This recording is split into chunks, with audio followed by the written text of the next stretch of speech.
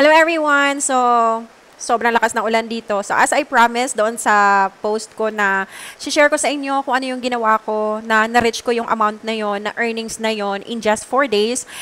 So, i-share ko sa inyo dito, ipapakita ko sa inyo lahat ng ginawa ko para magkaroon kayo ng idea kung ano ang gagawin. So, this is with regards to the bonuses. If you are invited sa bonuses, this is only applicable doon sa mga invited sa bonuses. Pag hindi pa kayo invited, so mag-submit lang kayo.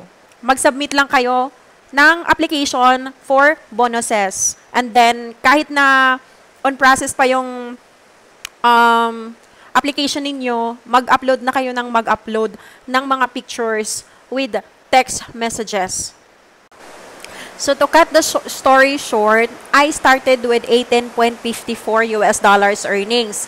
Nakapag-stop ako ng gawa ng content, gawa nung namatay si mama, and then, naging busy ako. So, hindi ako nakagawa ng mga content. Hindi ako nag-upload ng mga photos with text messages.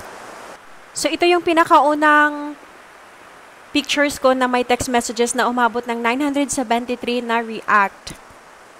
So, ito naman yung sumunod, umabot na siya ng 1.9K ang mga react dito at saka may 192 comments na din siya. So, kapag pala guys na hit mo na yung algo, nahihit mo na si algo, meron kang pictures na magkakaroon ng madaming likes at saka shares. Tingnan mo yung sumunod. Ito, umabot na talaga siya ng 10,000.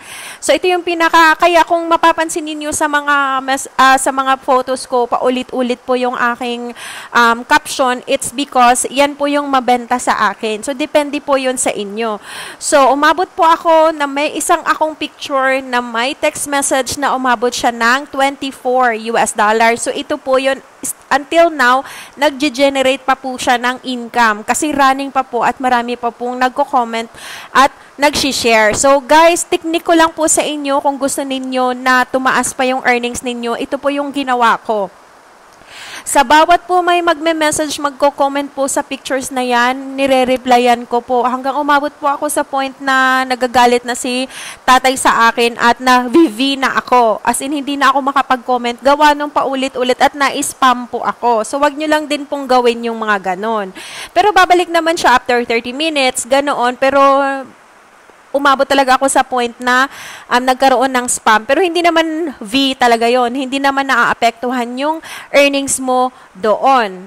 Okay? So, yun po ang ginawa ko. Sobrang hirap. Ang dami ko ding pinagdaanan bago ko po na-hit si algo. Bago po ako napansin ni algo. Ang dami kong pinagdaanan. Kahit i-check nyo po sa mga photos ko, check nyo mga photos ko, ang dami kong photos na may text messages na ina-upload. Kung ano-ano na lang para mapansin ni algo. Ganyan din ang gawin ninyo.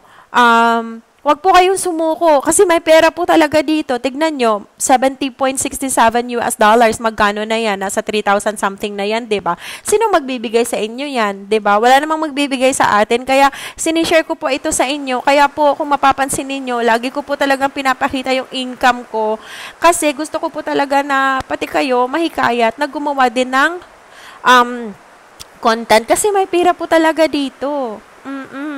So, ang kailangan lang natin ay magsipag para po tayo ditong sinusweldohan ni tatay na nagtatrabaho tayo pero hawak natin yung oras natin.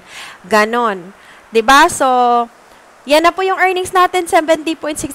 So, kung may mga tanong pa po kayo, mag-message lang po kayo para gawan ko kayo ng video.